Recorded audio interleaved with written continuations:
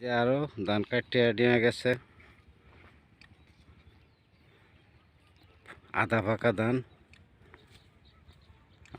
ধান কাটিয়ে নিয়ে ভালো তুলতেছে। বন্ধ নাই এদের ভালো তোলা, অবৈধ ভালো তোলা বন্ধ নাই। কষ্টের ফসল কাটিয়ে নিয়ে যাইতেছে। আজ 8 তারিখ, 6 তারিখও এখানে ধান ছিল। এই ধানগুলি কেটে নিয়ে গেছে এবং বালু তোলার কারণে এই যে ভেঙে চলে গেছে। এই যে পানির মধ্যে চলে গেছে জমি। এই পরিমাণ প্রশস্ত আছেন ধানের, 30 ফুট লম্বা। এই 2 দিনে 30 ফুট